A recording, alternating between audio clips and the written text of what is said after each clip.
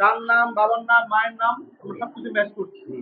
জন্ম তারিখ সবকিছু ম্যাচ করার পর ওনাকে দেওয়া হয়েছে। উনি স্লিপ নিয়ে আসছিল ভোটার আইডি কার্ড। আপনার চেহারা চেক করেন না? হ্যাঁ, চেহারা মিল করছি, চেহারা মিলছি। দুই চেহারা, দুই ব্যক্তি। উনি কার্ড নিয়ে আসছে।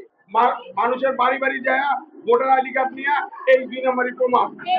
সারা বাংলাদেশের প্রজেক্ট হয় নাই, সত্য কথা। স্লিপটা দিচ্ছে, স্লিপটা ওনাদের হাতে দিচ্ছে, ওনারা নাম্বার বলছে বলার পরে ওনারা এই তালিকা দেখার পরে আমার ভোটটা কে জন্য দিয়ে তো এখন মিলে না। তারপরে আমরা বলতেছে আইডেন্টি কার্ড আনার জন্য। আমি আইডেন্টি কার্ড আনছি, আনার পরে তারপরে ওরা কি কি বুঝলো, বুঝার পরে আমার একটা দিল এই ভোটার লিস্ট দিল। তখন আমি এটা ফিল মারলাম, কিন্তু এটা আমার ফালাইতে দেয় নাই। এক স্যার বললেন যে আমার হাতে দাও, আমি এটা দেখবো তোমার ভোটটা কোন ব্যক্তি দিক, এটা আমি দেখে তারপরে তোমার বলছে যে এটা আমার হাতে দিবা। এটা আমার এলাকা, আমার প্রতিনিধি, আমরা জানি। প্রিজাইডিং অফিসার বলছে, দেখি আসুন তো। যদি একজনের ভোটার পূর্বে ভোটার নিয়ে ফেলি এবং পরবর্তীতে দেখা যায় যে একই ভোটার আবার আসছে, অর্থাৎ ওই ভোটারের ছবি মিলছে, আবার নাম ঠিকানা সবই মিলছে, এরকম যদি একই ভোটার ডাবল হয়ে যায়, সেক্ষেত্রে আমরা টেন্ডার নামে একটা ভোট আছে, সেই ভোটটা নিতে পারি। এই ভোটটা আমরা ব্যালট বাক্সে ফেলতে পারি না। এর কারণ হলো একই ভোট ডাবল কাউন্ট হবে, যার সাথে আমরা টেন্ডার ভোট নামে আমরা নিতে পারি, সেটা আমরা ওখানে হবে না। সেই ব্যালটটা উনি করার পরে, সিল দেওয়ার পরে সেটা আমার কাছে জমা দিবেন, অর্থাৎ প্রিজাইডিং অফিসারের কাছে জমা দিবেন। উনি আমার কাছে জমা দিচ্ছেন কিনা এটা শেষ করি ভাই। এটা হচ্ছে যে আমাদের ইলেকশন কমিশনের নির্ধারিত নিয়মাবলী, সেই নিয়মের আওতায় ওনার কাছে বক্তব্য নিতে পারেন। এই নিয়মের আওতায় আমি ওনার কাছ থেকে ভোট গ্রহণ করে ওনার ব্যালট পেপারটা আমি সংগ্রহ করছি। এটা আমাদের প্যাকেট আছে, প্যাকেট অনুযায়ী আমরা এটা সাবমিট করবো ইলেকশন কমিশন। আমি মিডিয়ার মাধ্যমে জানতে চাই ওনার ব্লাড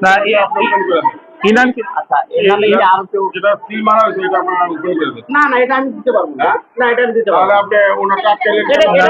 আমি নির্বাচন কমিশনের একজন প্রতিনিধি হিসেবে, অফিসার হিসেবে এটা আমি কাউকে দেখাতে পারবো না, এটা গোপন, অর্থাৎ এটা ভোটারের গোপন তথ্য। এটা টেন্ডার ভোট, আপনারা এটা ভোট আছে, এটা আসলে আপনি সার্চ করলে পারবেন। টেন্ডার ভোট নামে দেখতে পাবেন টেন্ডার ভোটের প্রক্রিয়া কি এবং টেন্ডার ভোটের জন্য কমিশন কর্তৃক নীতিমালাটা কি। এই অনুযায়ী অর্থাৎ দুইজন যদি ভোটার হয়ে যায় এবং সকল তথ্য ছবি যদি মিলে যায়, তৃতীয় ভোটারের ক্ষেত্রে টেন্ডার ভোট হবে এবং সেই ভোটারের ব্যালট পেপারটা উনি ভোট দেওয়ার পরে সেই ভোটটা ব্যালট পেপারটা আমি সংগ্রহ করবো, অর্থাৎ সেটা উনি ফেলতে পারবো না। ঠিক আছে, এটা এই ব্যালট পেপারটা সংগ্রহ করার পরে এটা আমরা ইলেকশন কমিশনে সরাসরি জমা দিব। দুটোই সঠিক। উনি তো ভোট দিয়ে চলে গেছেন, তখন তো উনি একজন আসছেন, ধরেন 1 ঘন্টা আগে আপনি আসছেন, তখন আপনি ভোট দিয়ে চলে গেছেন, আপনার সকল তথ্য সঠিক। পরে এই ব্যক্তি বা উনি আসছেন, আমার কাছে মেটে আসি নাই, আগে তো আমি টিক দিয়ে রাখছি, তখন তো আমি কিভাবে বুঝবো? চেয়ারের সাথে প্রথম ব্যক্তির চেয়ার সবকিছুই তথ্য মিল এবং শেষ করি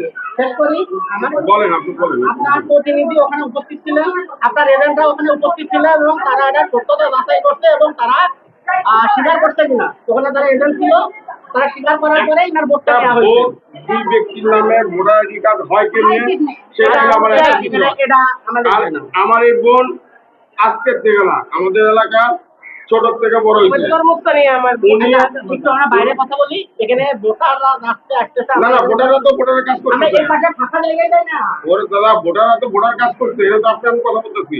আমরা এই ফাঁকা জায়গায় আমার এটা প্রমাণটা দেখান, আমার ভোটার আইডি কার্ড কেটে দিলাম বা আপনার এজেন্ট আপনি ওখানে রাখতেন। আমি এজেন্ট মান বলি, আমার ভোটার সে ভোট দিতে, তার ডাক দিতেন, তার পেপার দিতেন, সে সিল মারছে, আপনি ফলাই দেবেন না, কারণটা কি? এটা ডবলিং তো প্রশ্নই পড়ে না, যেটা একটা কাজ কি ডবলিং হতে পারে? ইলেকশন কমিশনের টেন্ডার ভোট নামে নাম আছে, যদি আপনি নীতিমালা না পড়ে থাকেন ওটা পড়বেন। নীতিমালা আপনি মানলাম, কিন্তু আইডি কার্ড কি ডবল হয়? এবং কি প্রমাণ দিয়েছেন? নজিরবিহীন, এটা নজিরবিহীন। কথা বলতে গিয়ে না, আমি কথা বলতে পারবো না। হ্যাঁ, এটা হচ্ছে যে আপনার প্রতিনিধি এজেন্ট রাখছেন, তিনি নিশ্চিত করে আগের ভোটটাও নিচ্ছেন এবং তিনি নিশ্চিত করে পরে ভোটটা নিচ্ছেন এবং আপনি কোন প্রতীকের ধানের শীষের, আপনার ধানের শীষের প্রতীকের এজেন্ট ওখানে নিশ্চিত করছেন দুটার ক্ষেত্রেই। প্রয়োজনে আমি এজেন্টকে এই 6 নাম্বার বুথের ধানের শীষের যিনি এজেন্ট আছেন ওনাকে একটু স্মরণ করবেন, বললেন যে প্রিজাইডিং অফিসার একটু সালাম দিয়েছেন। আচ্ছা আপনি একটা ফুটেজও নিতে পারেন। ইনি হচ্ছে যে 6 নাম্বার বুথের অর্থাৎ আচ্ছা আমি একটু কথা বলি। আপনি বলেন, আমি কিছু বলবো ইনি না, বলেন। 6 নাম্বার বুথের উনি যে কেন্দ্রে ভোট দিতেন অর্থাৎ যে পক্ষে ভোট দিতেন ওই পক্ষে ধানের শীষে উনি উনি এটা নিশ্চিত করছেন। আপনি আগে ভোটারকে দেখছেন এই আমার বাবার নাম মার নাম সবকিছুই আমরা মিল পাইছি। দুটাকে মিল পাইছেন। হ্যাঁ, দুটোই মিল ছিল। দুইটা বলতে আপনি তো ওটা তো আমি যা দেখি নাই, আপনি তো ওটার সঙ্গে এটা match করতে গেলে উনি আপনার ধানের শীষে এজেন্ট। হবে না। আমার আমার আমার এজেন্ট দরকার নেই।